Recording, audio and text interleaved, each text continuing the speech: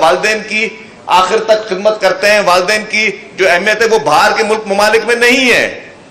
تو ہمارے کلچر کو برائے مہربانی کوئی اور کلچر جو لوگ ایڈاپٹ کروانا چاہتے ہیں وہ اس ملک کے ساتھ سچے نہیں ہے، وہ اس ملک کی نسلوں کے ساتھ سچے نہیں ہے.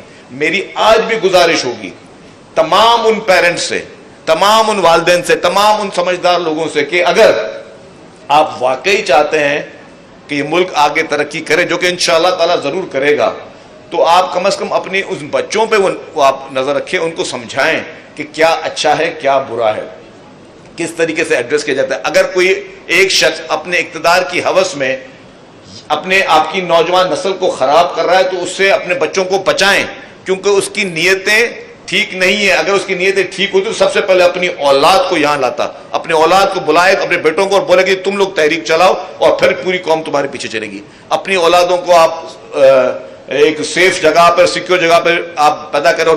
قوم کی اولاد کو بولیں کہ ہاتھ میں پتھر اٹھاؤ، پیٹرول بم اٹھاؤ، لاٹھیاں اٹھاؤ. یہ نہ ہی آپ اس قوم کے ساتھ سچے ہو، نہ ہی اس ملک کے ساتھ سچے ہو. تو اس موقع پہ جو پیغام حکومت سندھ کا ہے وہ امن کا پیغام ہے، وہ پراسپیرٹی کا پیغام ہے، وہ سب کو یونائٹڈ کرنے کا پیغام ہے.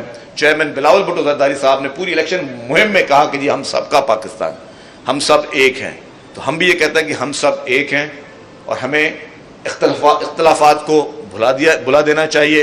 الیکشن جب ہوتے ہیں تب الیکشن میں سیاسی اختلافات ہوتے ہیں، لیکن اس کا مقصد نہیں ہے کہ وہ دشمنی کے طور پہ ہیں. سیاست میں انتشار کو اور تشدد کو مکمل طور پر خاتمہ کیا جائے. جس طرح ہمارے ہوسٹ نے کہا کہ ہمیں وائلنس کو ہمیشہ کے لیے دفن کر دینا چاہیے، اپنی سوچوں سے وائلنس کو دفن کرنا چاہیے. ہمیں اپنے اس ملک کی ایک ایک چیز کی حفاظت کرنی چاہیے، چاہے وہ بس ہو، چاہے وہ ایمبولینس ہو، چاہے وہ ہمارے جو سپاہی جو سڑکوں پر کھڑے ہوئے ہیں، ہماری ٹریفک پولیس. میں کہتا ہوں سب سے بڑا کام ہماری ٹریفک پولیس کر رہی ہوتی ہے، جو بیچارے بغیر ہتھیاروں کے سڑکوں پہ کھڑے ہیں. اس شہر میں ان کو بھی چن چن کر شہید کیا گیا. پھر ہماری ٹریفک پولیس ہے، ہماری پولیس ہے، ہماری رینجرز ہے، ہماری آرمی ہے، ہماری ایف سی ہے، جتنی بھی فورسز ہیں ان سب کے جو جوان ہیں ان کی بھی عزت کرنی ہے اور جو شہداء ہیں ان کی اس سے زیادہ عزت کرنی ہے. آج اس پروگرام میں کچھ شہداء کی فیملیز بھی آئی ہوئی ہیں، ان کو بھی میں سلام پیش کرتا ہوں. ہمارے پولیس کے شہداء کی فیملیز موجود ہیں، ہمارے فوج کے شہداء کی فیملیز موجود ہیں، ہم سب کو سلام پیش کرتے ہیں.